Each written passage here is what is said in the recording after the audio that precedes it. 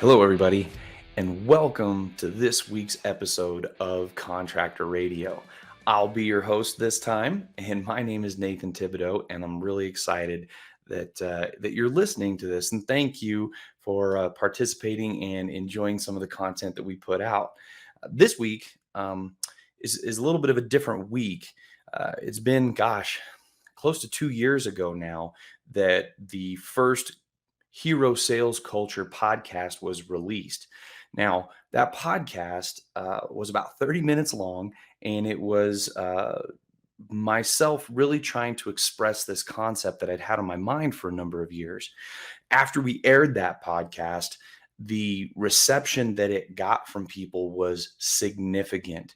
The message that it has resonated in the hearts of a lot of different people in their organizations and in their lives.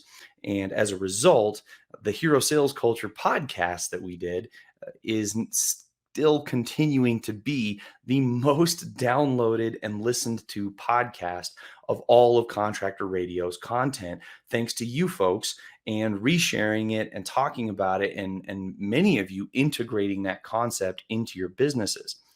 Well, due to that overwhelming reception of that message, we actually expanded the Hero Sales Culture content, and I turned it into a keynote presentation. And that keynote has been delivered a number of different times in a number of different places. And some of you may have seen it and some of you may not have. But it occurred to us that maybe it would be a good idea to do a little bit of a reboot on that content and on that podcast to include the expansion of that content that you would find in the keynote that we did. And so here it is. I'd like to try and present to you guys the expanded and continued version of the Hero Sales Culture. But before I get into doing that, we are going to take just a real quick break for one of our sponsors. Who doesn't love getting more referrals? GTR will make your referral game stronger than ever with our 4-step process. First, engage with customers through job status updates and push notifications. Then, motivate your advocates to send referrals and earn rewards. Third, track and manage all of your results through your company's dashboard. And finally, sit back and enjoy achieving up to 40 times ROI.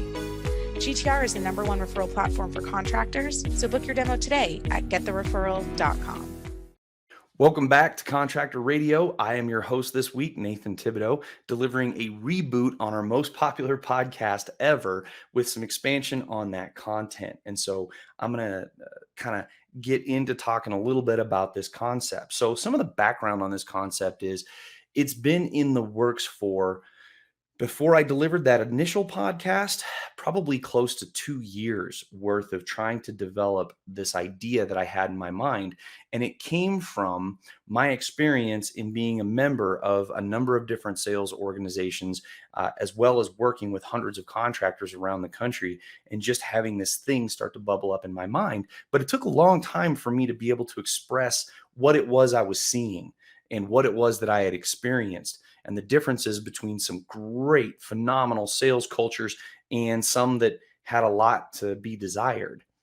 And so before I really dive into kind of the meat of this concept, I need to set the table a little bit so that we understand some of the importance behind the real crux of this thing. So before I dive into this thing, I want for everybody who's listening to this to put a couple questions in the back of your mind. The first question I want you to put in your mind is, if you're in sales, what kind of salesperson am I? So as we move our way through this, I want you to have this question in the back of your mind. What kind of salesperson am I? I also want you to be asking the question, what kind of sales organization am I in? And if you're a sales leader or an owner, you should be thinking, what kind of sales culture have I cultivated? What kind of sales culture have I built? And what is the prevailing culture and attitude amongst the people in the sales department of my organization? So with those questions in the back of our minds as we move forward, let's talk a little bit about some of the fundamental components that they're going to help us address this. The first component is that every single business that exists, no matter what size or what it produces or what it does, has these 3 pillars. And those 3 pillars are sales, production and administration. Now, production, sometimes it could be delivery, it could be installation, it could be fulfillment. There's a lot of different components that go around to the concept of production. But no matter how big your organization is, you have those three pillars. Now, you might be saying, well, we've got a bunch of different departments inside of our company. We have HR, we have marketing, we have a finance department, all these different departments. And that's true. But you also have sales, production, and administration. And most of the other departments usually end up breaking off of one of those three pillars as the company grows. Now, each one of these different pillars has a different role inside the company, okay? Different role. They have different things that they're supposed to do. I've always typically seen the sales department as the face of the company, not the head, because that's where the brains are. I'm just kidding. But they're the face of the company. They're the people that are usually out in the public.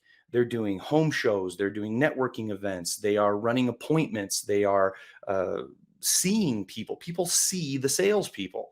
And so oftentimes when they think about your company, they think about that salesperson because that's the person from the company that they know. I see production as the hands of the business. Production, delivery, fulfillment, installation, whatever it is. These are the people whose job it is to deliver the thing that the salespeople sold, right? There's a lot of responsibility that lays on these folks because all the promises that you made to this client have to be given to them by our production folks. Now, I also see admin, the administrative side of the business, as kind of like the body of the company, okay? The body of the company, because no matter what happens inside of a business, it will almost always flow through administration one way or another. These folks are dealing with accounting, they're dealing with technology, they're dealing with communication, they deal with payroll, they deal with customer communication and satisfaction. Administration does all kinds of things. That's why oftentimes when somebody says that so-and-so is the glue of the company, they're the people that hold this place together, they're probably an admin person. Now, why is this important? It's important because the sales pillar of our business is unique. It is unique very much to the rest of the company. And it's unique because the sales department has the ability to set the tone inside the business. Not only do they set the tone inside the business, they can set the tone outside the business as well. Sales has the ability to set the tone outside the business with regards to its belief or the salespeople's belief in the product that our company delivers or produces and provides. The degree to which our salespeople believe in what we do is the degree to which our clients will also believe and desire the thing that our company does. So if you have this attitude that, well, we sell windows, and you know what? Windows are windows, and you can buy them from me or you can buy them from somebody else. Our clients are going to feel exactly the same way about it, which makes us a bit of a commodity. But if we truly believe that our product is incredible, it's unique, it satisfies the needs of its clients, then our clients will feel the same way about it. Sales sets the tone externally with regards to the fact that we are generally the public or a prospect's first impression of the business. When it comes down to meeting people, people are generally meeting our salespeople. And so the first impression they have of our business when it comes to a human being is the sales group. They haven't generally met any other humans inside of our organization before they meet a salesperson. So we are that first impression as a sales organization to the rest of the world, and that will set the tone with what the company expects and thinks of the company going forward. We also set the tone externally with expectations. Salespeople are the ones who are normally going to communicate to the prospects and to the world what our product is like, what it does, how it works, what it's going to do for you, how it's going to be delivered, when you're going to be communicated with, how long it's going to take to produce it, how often you're going to hear from us, how that whole process is going to go. Our customers' expectations of our company are generally set by the sales group. So they set the tone externally. They also set the tone inside of our company. They set the tone inside of our company. One of the ways they do that is the way that salespeople view their customers and the general public. The degree to which your salespeople love your customers, and are committed to them and are excited about helping them will create an infectious environment inside of your business around how much the rest of the team is excited about our customers and excited about what we're going to do for them and how we're going to help them out. I can give you an example of this in the inverse.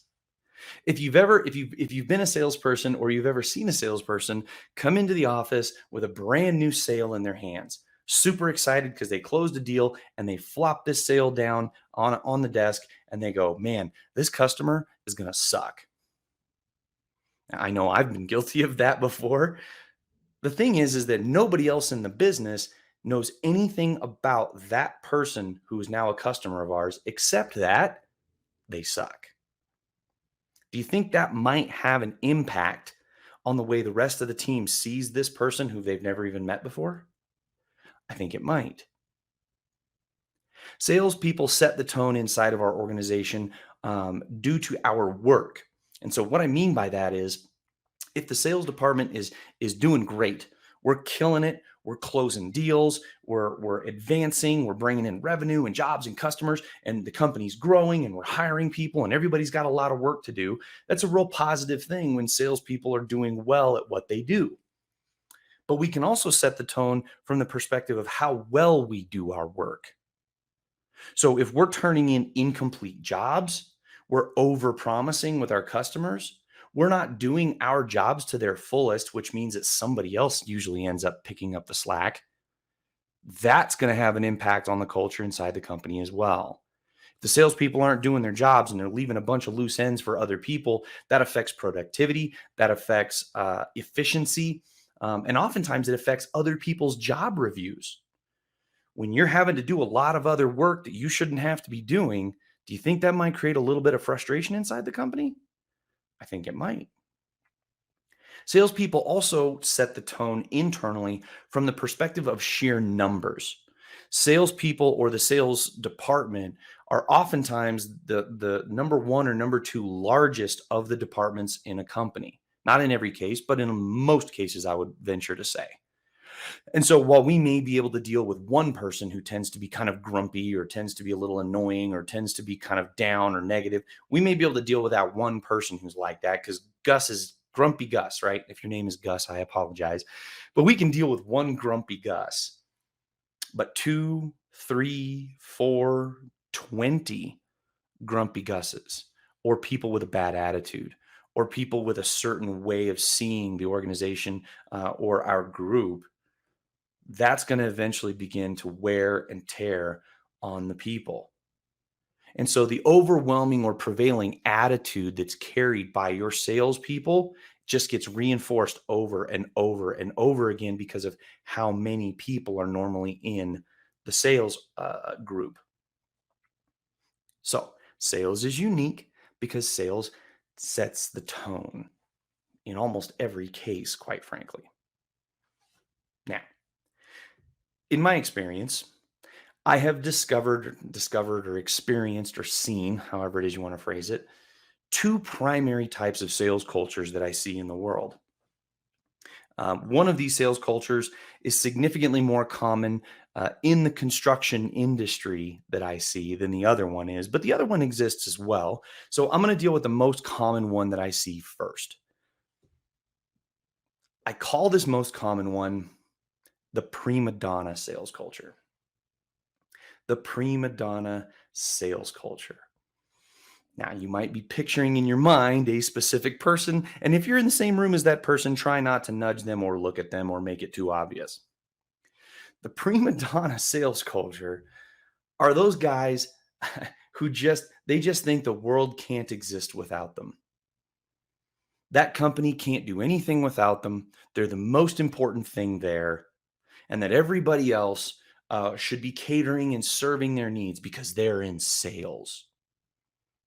Now, some of the signs that you're dealing with a prima donna sales culture would be that the sales team tends to push everybody else around. They walk into the office and they act like everybody in the office are their personal staff. You do this, you do that. This is how this is going to go.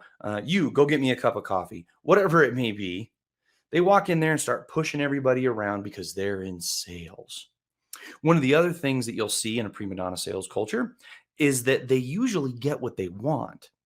So if you work in a different department of your company other than sales, and you've ever found yourself in a situation where you're kind of at odds with the sales group over time, resources, effort, direction, in a prima donna sales culture, you're probably going to lose. In a prima donna sales culture, the inmates are normally running the asylum. They run the place.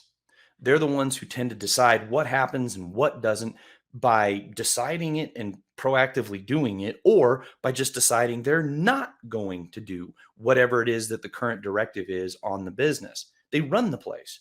They'll run roughshod right over the owner. When we decide we want to instill some standards, some better protocols, some better ways of doing things, some organization in a prima donna sales culture, if they don't like it, they don't do it, and everybody else just has to get over it. The reason for a prima donna sales culture, I believe, is fear. We have fear. We are afraid of our salespeople. We're afraid that if we do anything to upset our sales organization, it's going to impact our revenue. And we have to have revenue. If our company doesn't have any money, frankly, nobody has a job, right? The answer is yes. And so if we try to instill these standards, if we try to enforce certain things, these people might leave. God forbid they leave. Our $1 million sales producer walked out the door. They're afraid that if we do these things, it'll slow them down. They'll get pissed off. They won't produce or what have you. And so we're held captive by our concern over our revenue to these people who walk around acting like they own the place all the time. Probably the most common sales culture I see in our construction industry, the home service trades. Now, the other type of sales culture is a little bit different. The other type of sales culture is the one that I would call the monkey sales culture. Now, I'm going to have to explain this one just a little bit because it is a little more unusual. The monkey sales culture is what happens when ownership, product development, production management, the leadership all believe that our product is so good, it's so tight, it's so clean, it's so desirable that all we really need are some monkeys to go out there and make a phone call or run an appointment.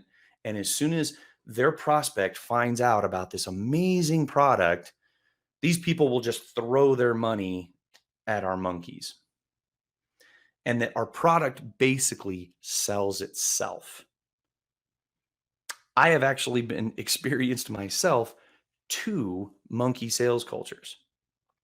I was actually sitting at one point, I was sitting next to my sales manager at one point, and the guy who is in charge of our product was talking with my sales manager with me sitting right there. And the head of product development looks at me and he says, "No offense, Nathan," which we all know means that whatever it is he's about to say next is probably going to be offensive to me. But he says, "No offense, Nathan, but we all know that the real talent in this company are the people who develop and create our product." Now, having sitting there and being a bit of a smart aleck as I am, I said, "Well, I tell you what, I'm not going to disagree with you. However, last week I did a couple of demos on your amazing product and it crashed 3 times while doing that. Yet we have some new clients from last week." This is kind of the epitome of this concept of the monkey sales culture.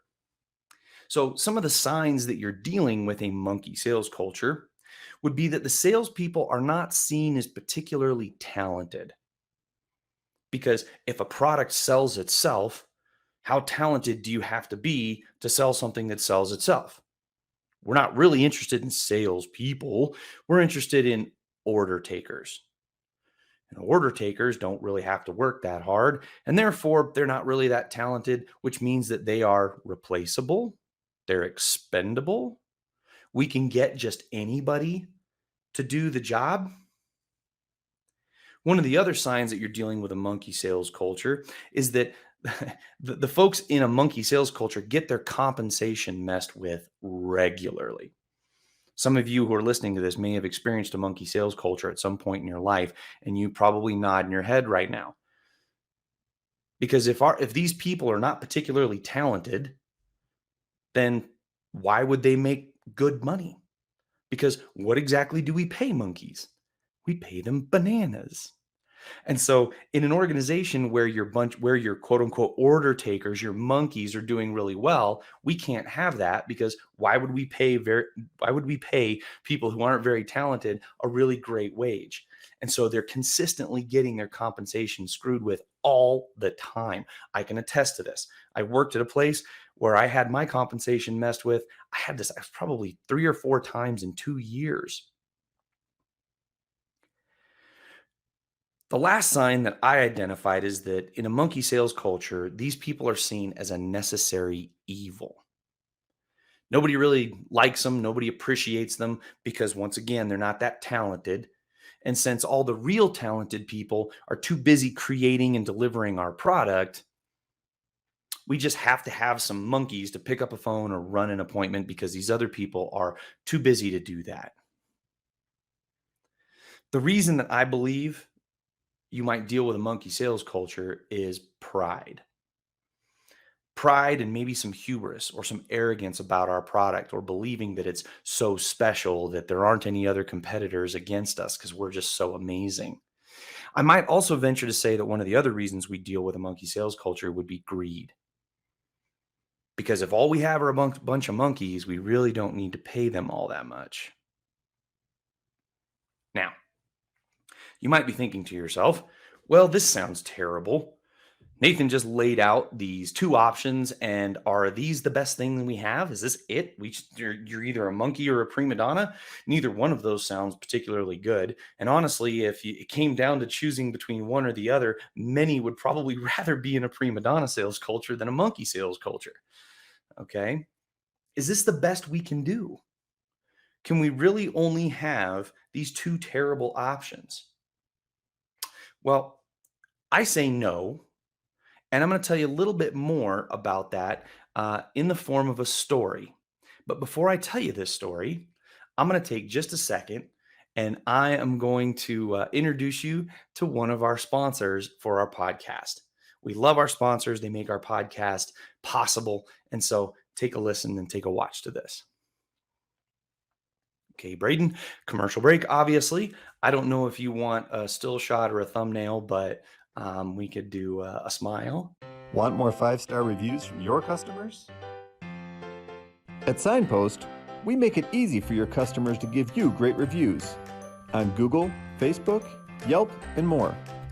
Our software connects with industry-specific solutions, driving even more reviews from your customers. Drive loyalty and repeat business by sending the right messages at the right times to your prospects and customers. Message your contacts from anywhere, anytime, using text, photos, and video all in one app. Check on progress with campaigns and review generation across Google, Facebook, and Yelp. Visit signpost.com and get your demo today.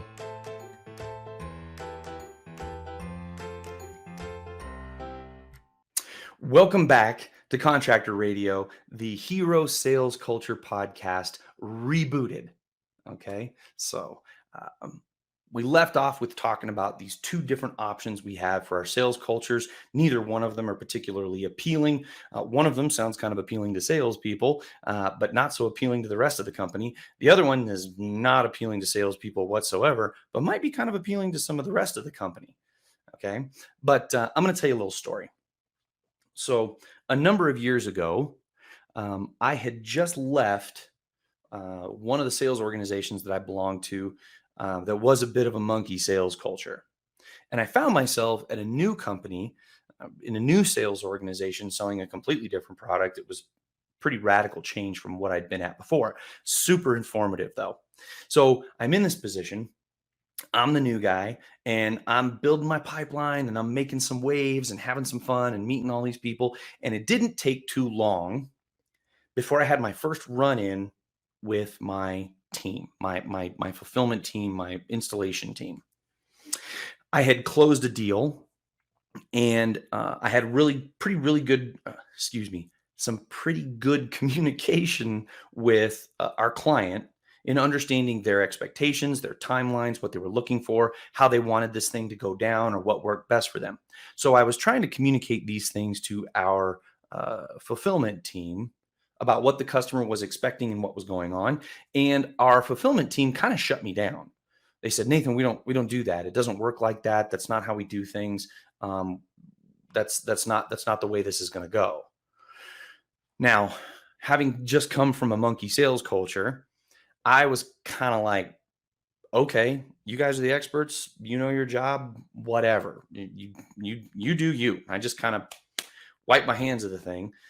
Well, long story short, it didn't go very well. The customer ended up pretty upset, pretty bothered by the way things happened, unmet expectations, poor communication. It just went downhill, and it didn't go the way that it could have gone.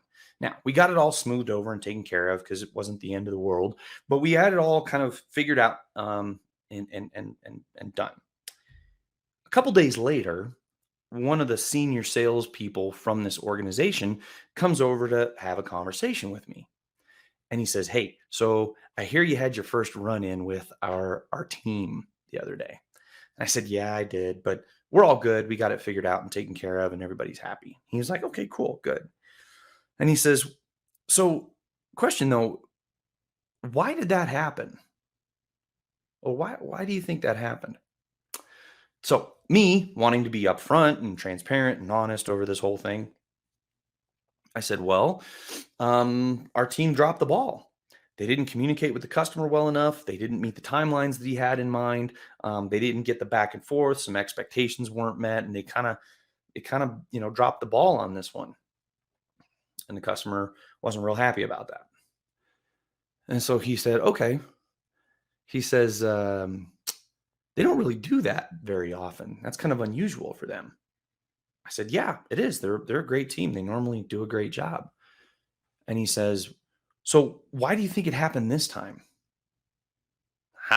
Right? So little warning light in the back of my head starts blinking, a little red light. And I'm going, okay, something else is going on here. So I thought, well, let's walk through this just a little bit. I said, I closed the sale. Customer and I had a great communication over expectations and timelines and all that kind of stuff.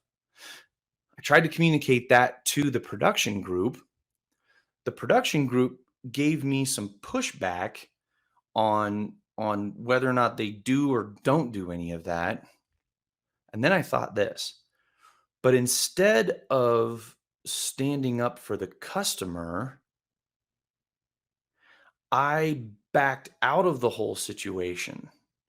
And because I didn't stand up for the customer and the customer's communication and expectations with me, I allowed our team to go down a path that was destined for failure. And I thought, oh, this is my fault.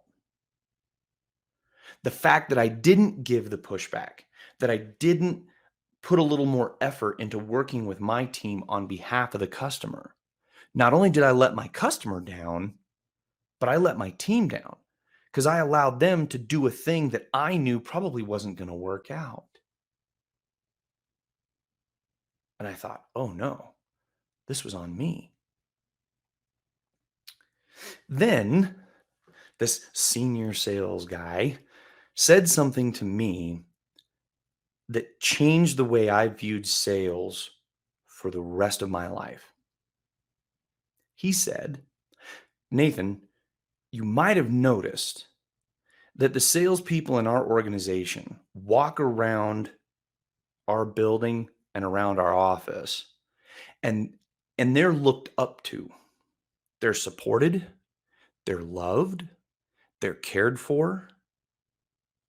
And the people in this building, for the most part, would do anything they possibly could for the salespeople that we have. And I said, yeah, I have noticed that. It's kind of weird, but it is cool. Like, so what is that?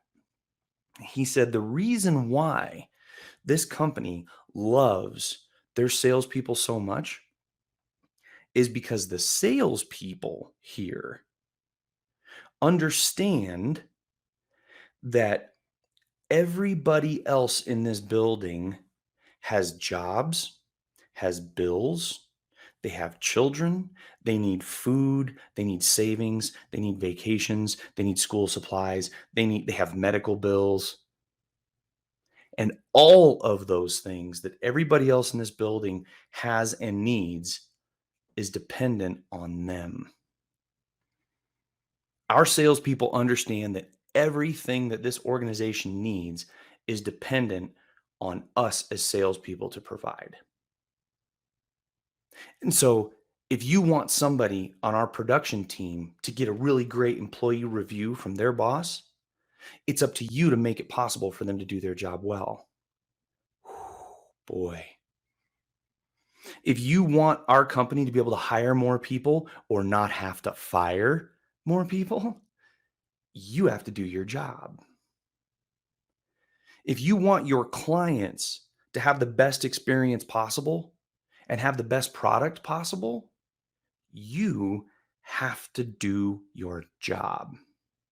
And the better you do your job, the better your team, the people you see every day, the better they do and the better their lives are. And the better your customers are and the better their lives are. And he told me, if you strive to shift your mindset to serving this company, they will treat you like a king. That changed the way I saw sales forever. And honestly, I walked away from that conversation with him feeling two things that were really incredible. Number one, I felt a weight. I started to feel this bit of a weight on my shoulders, that it wasn't just about me making sales and making commissions and trying to make some decent money for myself and my family. It was about the families and the people all inside that building and about my clients out in the world. And that started to feel like a bit of a weight on my shoulders. The other thing that it made me feel was it made me feel humble. I felt humbled by that conversation.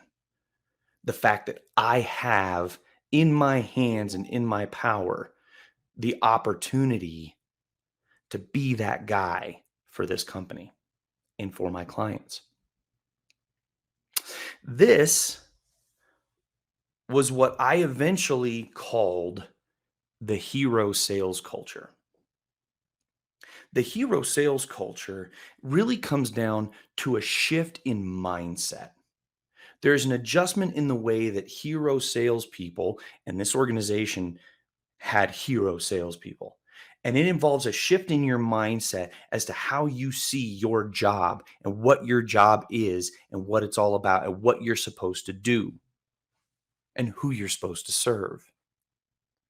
So what do hero salespeople do? Well, first of all, they sacrifice. Hero salespeople, they sacrifice their time. They sacrifice their resources. They sacrifice their money. They sacrifice their ego, which might be the hardest one of all. And we'll get back to that. Hero salespeople also take the hit. Here's what I mean by that. In my circumstance with that team, I failed to take the hit. In other words, rather than facing a little bit of conflict with my team and a little bit of conflict maybe with my client and working that out, I decided to step out of the way and let my team and my client go to battle with each other. Instead of being willing and having the courage to stand in the gap, stand up for the customer, and set up my team for success, I ran away from that conflict in a bit of a cowardly way, quite frankly. And I'm not proud to admit that. But a hero salesperson stands in that gap. And if the customer is really upset at your team, you take that hit. And if your team is really upset at the customer, you take that hit. The hero salesperson is honored to be in their position. The fact that everyone else's lives are pretty much dependent upon us should come as a weight of responsibility and an honor that we have the chance to provide for people, for our team, for our clients, for our community in the way that we do. But what do we do instead? We use it as an opportunity to feel entitled. That's what we do. We feel entitled to be treated a certain way, or talk to a certain way, or have things done for us because we're in sales. And quite frankly, without sales, this company wouldn't exist, which is true. But I'm going to tell you something. If you're in sales and you're listening to this, I want you to understand when a company starts going through problems, when a company's going through financial struggles, do you know who they fire? They don't fire salespeople if you're at least hitting quota, doing the bare minimum. They won't fire a salesperson because you add to the revenue. But when you start to suck at your job, they fire an administrative assistant. They fire a production person. They fire somebody who adds to the overhead, not to the revenue. And so when you suck, somebody else loses their job. Now you might say, well, I've been fired as a salesperson before. And that's true. And in a lot of cases, it may be because of an underperformance. But like I said, if you're hitting the bare minimum the company asks from you, they're not going to fire you. They'll fire somebody else. That should come as an honor and as a weight to us and as a responsibility. We'll talk a little bit more about that. But fundamentally, at the end of the day, the hero salesperson stands in the gap. We stand in the gap in our economies. We stand in the gap in our communities. We stand in the gap for our clients. We stand in the gap for our team. We might be the difference between somebody getting a job and somebody not. And we should be willing to take the hit. Now, I hope that some of you out there hearing this right now are thinking, I would really like to be that guy, because that's what I thought when I first heard this. I want to be that guy. And so from that point forward, I endeavored to be. I started thinking about my job as an opportunity to give everyone else opportunity. And that the better I did, the better they would do. So it was really important that I would do well so that they had a chance. And I can tell you this, with that attitude shift that I had, my senior sales rep guy, his name was Matt, was right. That company opened up to me like a flower. Those people supported me. They took care of me. Whether I asked for it or not, they would do anything to help me and help me be successful.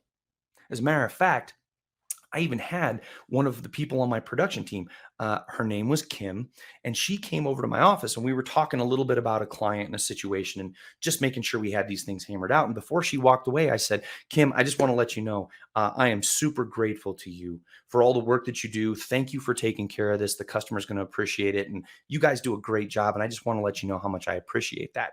Kim says to me, Nathan, you and the guys in here, you're the top of the food chain. And if you guys aren't successful, none of us are. And I am excited to help you be as successful as you can be. And she turned around and walked out. I mean, I was borderline tears at that point. I couldn't believe it. Now, think about this for a second. You think I made a few extra phone calls that night? You think I sent out a few extra emails? I tightened up my proposals.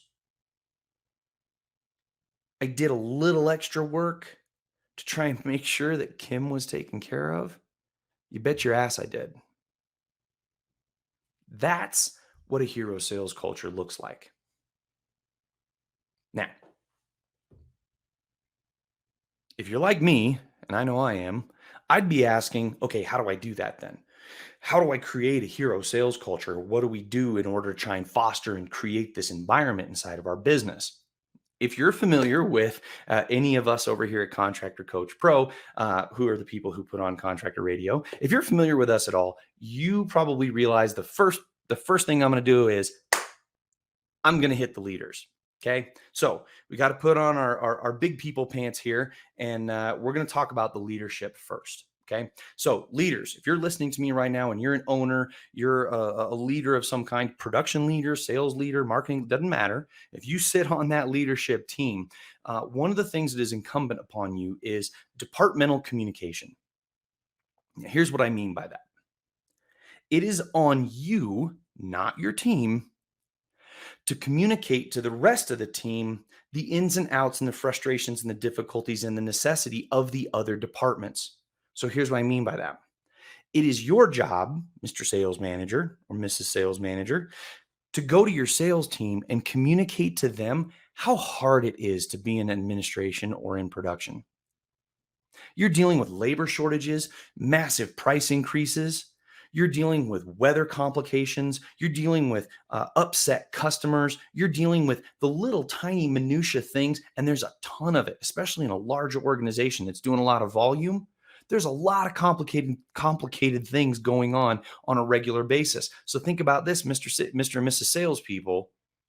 All the projects that you're sending into production, depending on the number of salespeople in your organization, multiply that by the number of salespeople in your organization.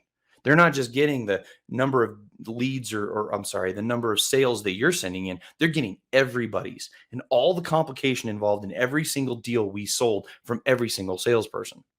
That's hard work. It's stressful. There's a lot that goes into it. And administration is dealing with communication back and forth and trying to calculate commissions and pay the bills and make sure that we're everything's working smoothly and on time and all of those components.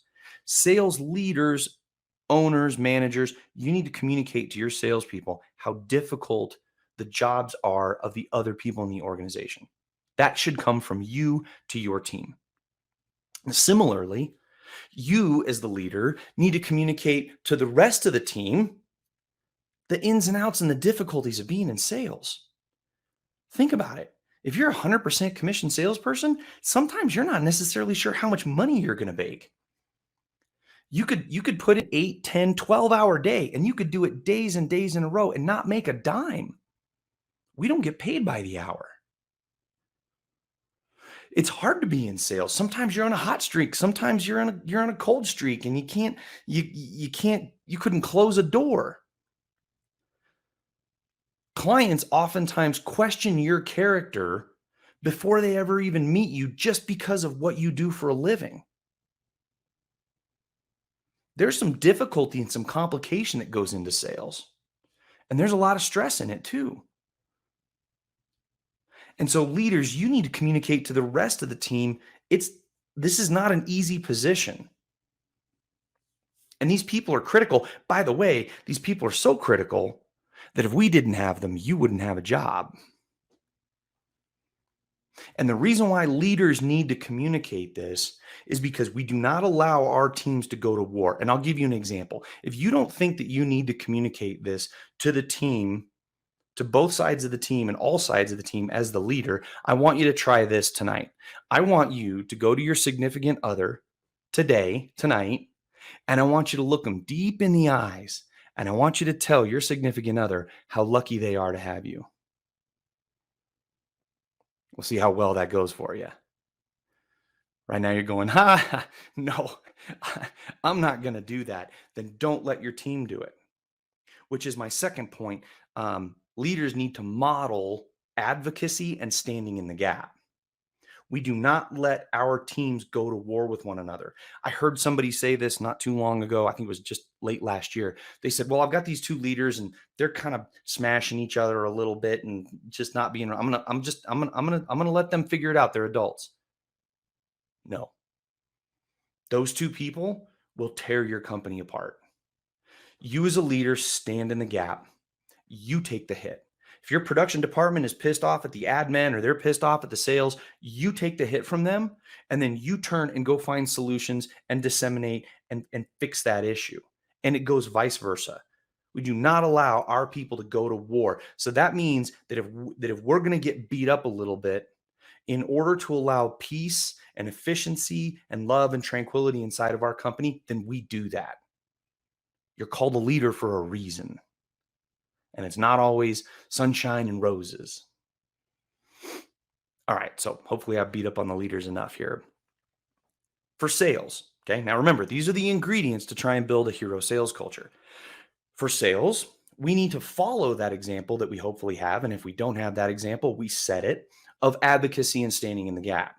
If your customer is pissed off at your team, you do not allow your customer to go screaming at your team. And if your team is upset at your customer, you do not allow your team to take it out on your customer. They can take it out on you. Why? Because you can handle it. You can handle it. I had a scenario where I had a client who had a problem with the product, and they called my customer success team, and this person, his name was Bob. Bob laid into my support person, just ripped them apart. Now, to my support person's credit, they didn't come tattling to me about it or anything. I actually heard about it through the grapevine. Kind of randomly found out that Bob just shredded this person. So I went back to my office, picked up the phone. I called Bob. I said, "Hey, Bob, how you doing?" He says, "I'm good." I said, "I hear you called our support the other day with a problem." Bob says, "Yeah, I did." And I said, "Did they get you all taken care of, Bob?" He says, "Yep, we're good. We're all copacetic. We're all taken care of." I said, "Great." I said, "Let me tell you something, Bob. If you ever feel the need or the desire or the frustration, and you need to scream and yell at somebody over some issue or some problem you have, you call me. Because it is unacceptable for you to talk to anybody on my team like that." Now, and I did. I really did say that. In case you're wondering, I didn't make that story up. About a month later, Bob called support again because he had some other situation he needed help with. And my support person comes upstairs this time to talk to me and says, "Hey, I just got off the phone with Bob." And I was like, "Okay, how'd that go?" And they said, "Bob was just the sweetest thing on the planet." And I said, "Okay, good." And then they said, "Bob told me that he was terrified to hear from Scary Nathan again." So my support person then says, "Thank you." Think about it. That support person certainly doesn't sit in the same position I do. They don't deserve to be treated that way. And so we stand in the gap. We can do it. Okay. Next thing, salespeople, part of our ingredients for being a hero salesperson is we sacrifice. Here's the thing. At this company, we had a central office with a parking lot and an office building and everything.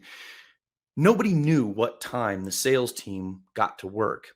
And the reason was because when everybody else started getting to work, 8, 8:30, 9, 9:30, our cars were the ones that were in the parking lot before everybody else showed up. Nobody knew what time we got to work because we were already there. And then when everybody else was leaving, 4:30, 5, 5:30, our cars were still in the parking lot. We were on a first name basis with like the building's cleaning crew, Rosita and her husband. They were wonderful people, but we sacrificed because we put in that extra time. Because when Kim told me that it was a pleasure for her to help me be as successful as possible, I cannot help but respond to that with pouring everything I can into making them successful as well. We sacrifice. I had a situation where I was on the road, and I had a lot of work to do with a bunch of different clients. I had calls to make and appointments to meet and proposals to send out. And I was getting a little overloaded. And so I reached out to my admin gal, Cindy. And I said, "Hey, Cindy, I need some help. Could you please put together a proposal for this particular thing and email that over to so-and-so?" Now, that was not Cindy's job. She was not my assistant. She was not the person she was an admin person. So she helped with things, but I was asking her for something that was a little outside of her lane. Cindy says, sure, Nathan. So I did all the pre-work. She built the proposal, sent it off. I did the post work. I closed the deal. I gave Cindy half of the commission. Now, in the long run, do you think that half of that commission really meant that much to me at the end of the day? Not really. At the end of the day, it didn't. It meant the world to Cindy. And it wasn't about the money. It was about the recognition and the appreciation. Cindy was a bit of a character. She took some of that money and she was proud to display this to me. And she went and bought a pair of almost like knee-high patent red leather Doc Marten boots. Okay. And she was so happy to show me these. And then she told me that every time she sees those boots or wears those patent red leather Doc Martens, she thinks about me. I'm not so sure how I feel about that, but the point is, I never had a problem getting help or support from Cindy ever. And I didn't have to split my commissions with her every single time she helped me out. But that appreciation was that key component. We sacrifice. We also take responsibility. We see our position as an opportunity to be that hero, to help those people, to stand in the gap, to advocate for clients and to advocate for our team. We see that as a responsibility, not an entitlement. I can't hammer on that enough. It is not an entitlement. It's a duty. We should be honored and humbled by the opportunity to have it. Now, ingredients for sales culture. Okay, we're still talking about that. Our team. Okay, so now I'm talking to people who may or may not, who probably aren't in the sales department. We're talking about the production folks, talking about the administrative folks. If you happen to be listening to this, here's what you can do to help in this concept. Support. Your salespeople need support, especially if they're good. If they're good and they're busy, they need support. We gotta tell, hey man, thank you. We gotta show them that we're there to help. We're part of the team. We're not working against them. We're not trying to make their lives more difficult or make their life harder. Because remember, if they don't do their job, we don't have one. Your salespeople need support. They also need patience.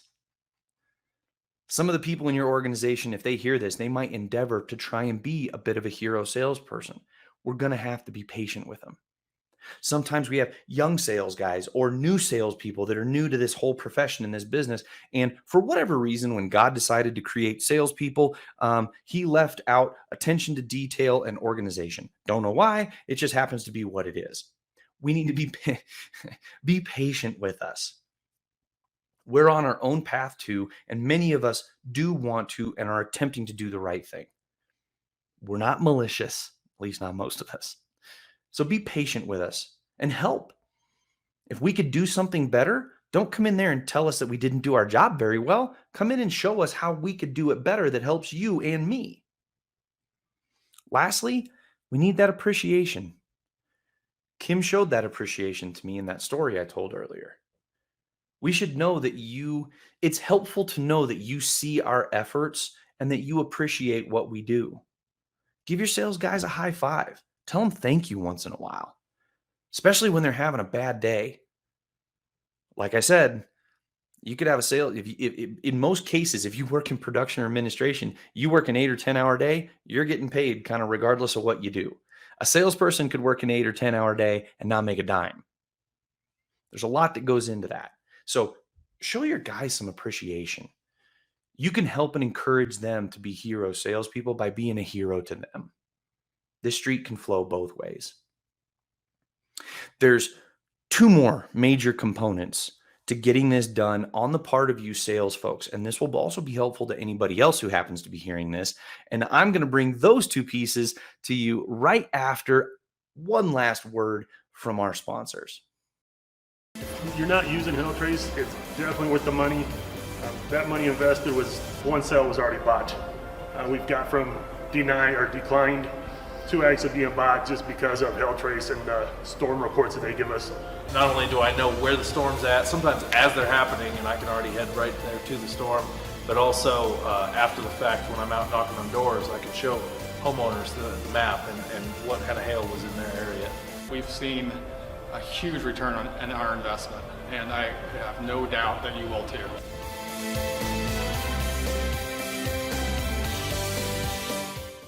Welcome back to Contractor Radio as we wrap up our hero sales culture rebooted. So I told you that there are 2 more concepts that we need to have in mind as part of the ingredients to building a hero sales culture. So I don't know how many of you out there have ever done any rock climbing or any mountaineering or anything like that, but there's this concept in climbing, whether it's rock climbing or mountaineering, called a crux move. Okay, a crux move is the move or the effort on which the success of your climb depends.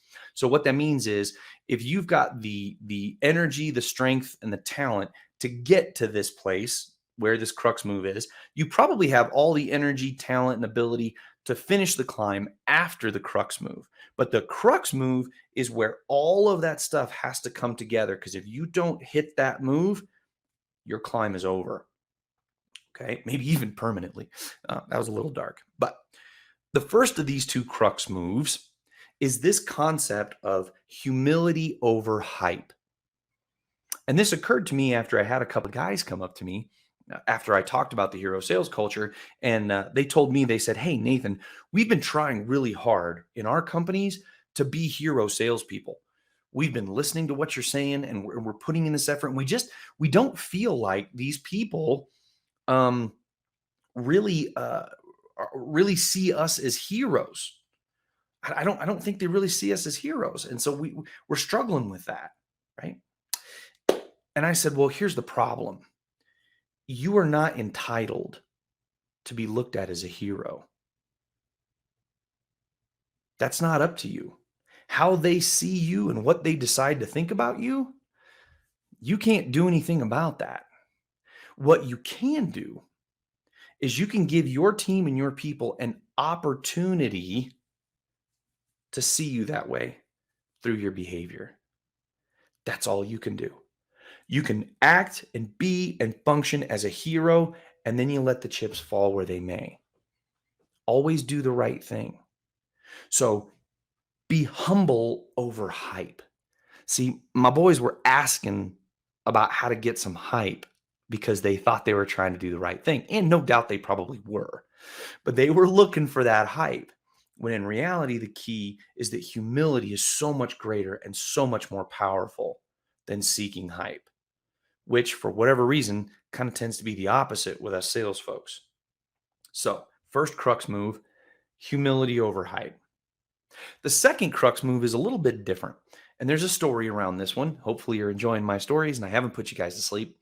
But a number of years ago, there was a company that hired me to come be the director of business development. So they wanted me to really come in and try and help out their sales organization, because the sales side of what they were doing was just a complete wreck. I got in there and I was looking, I was like, man, I don't know how these guys are making any sales. There's not much organization here. There's a lot of structure needed and we got to get some work done. There was a lot of work to do. And believe it or not, just hiring me didn't fix all their problems. All right. If you gasped, then I agree with you 100%. So anyway, so week over week and month over month, we as a leadership team continued to chip away at these struggles that we had in this department, trying to find solutions and trying things, and this worked and this didn't work, and just making our way through trying to get this thing straightened out and get it put together, really. And I can tell you this, that over time, I started to feel a little grumpy about it, a little insecure, a little defensive would probably be the best word. Because week after week in our leadership meetings, we're constantly addressing this stuff that I'm trying to fix and trying to work on. And over time, started to wear on me a little bit, started to get a little bit raw. And so I remember the day that this happened. I was in New York City with my boss, and he and I were walking across Times Square back to our hotel. And I was explaining to him a little bit about how I felt. And I'll never forget what he said. As we're walking, and I'm explaining to him how I feel, he says to me, Nathan, nobody blames you for this situation. Everybody knows that the condition of this department's not your fault. And I said, wait, what? He said, nobody's blaming you for the condition of this department. We know you didn't do this, but it's your responsibility to fix it. And it was like a light bulb went on, struck by lightning right in the brain.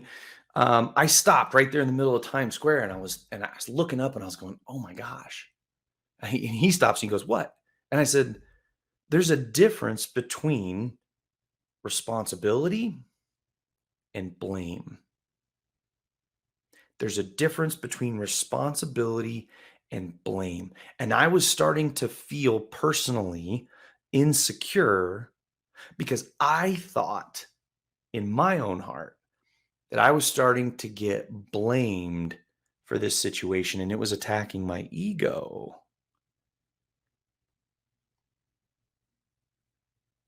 And so when it dawned on me that there is a difference between blame and responsibility, it was like 1,000 pounds of weight got lifted off of my shoulders. And because I was able to detach my ego and my own sense of self-worth from this problem, knowing that I didn't cause it and it wasn't my fault, but I did have the responsibility and opportunity to provide the solutions and fix this situation. And man, I got to tell you, when I got back to the office, I attacked our situation, our struggles, our problems. I attacked it like a wild animal, feeling completely unencumbered by being worried about getting blamed for any particular situation. The reason why this is a crux move is because oftentimes we're afraid of looking like the bad guy. We're afraid of having people think that we screwed up or that we did something wrong. And we want them to know, oh no, we're good. We didn't make the mistake. This person over here made the mistake. And that can keep us from being willing to stand in the gap once again and take the hit and seek the solution and solve the problems. Now, don't get me wrong. If you are to blame, put your big boy pants on and take your lumps like you should and then move forward. But if you're not to blame, don't let that keep you from taking the responsibility of being a leader in that situation. The last thing I'm going to leave you with is this. Hopefully, you've gotten some answers to those questions that I asked at the beginning of this. What kind of salesperson am I? What kind of sales organization am I a part of? What kind of sales organization have I allowed or have I built? Hopefully, you've got some answers to those questions. But now I'm going to leave you with this question. What would it look like? What would it look like if inside of our organizations, we decided to compete with one another over who can out-hero the other? What would it look like if we competed with one another over who can be the greater hero to the other? Thank you guys very much for joining us in this episode of Contractor Radio. We'll see you next time.